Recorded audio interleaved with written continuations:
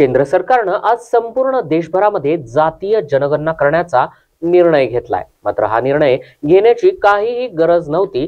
मात्र केंद्र सरकारनं जर हा निर्णय घेतला असेल तर त्यांना तो घेऊ द्यात, असं जरांगे पाटील यांनी म्हटलंय। कारण इंग्रजांनी जनगणना केली होती, त्यानंतर जातीय जनगणना झाली नाहीच। या जातीय जनगणनेमुळे आमच्या समाजाला न्याय मिळेल आणि ओबीसींनी जातीचं आरक्षण खाल्लं होतं ते आता उघड पडलेलं आहे।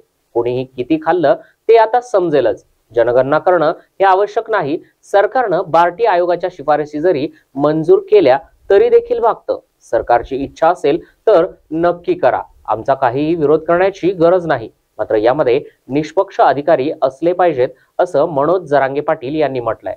बळजबरी नोंदी करणारे नसावेत, जातीयवादी अधिकारी नसावेत, तसेच जनगणना करताना कोणताही जातीभेद करता कामा नाही। आणि आता आरक्षणाचा कोटा सरकारनं वाढवला पाहिजे। आयोग निवडताना चांगले अधिकारी निवडा, असा सरकारला सल्ला देऊन केंद्र सरकारनं घेतलेल्या या निर्णयाचा मनोज जरांगे पाटील यांनी स्वागत करत त्यांना जाहीर पाठिंबा दिला आहे।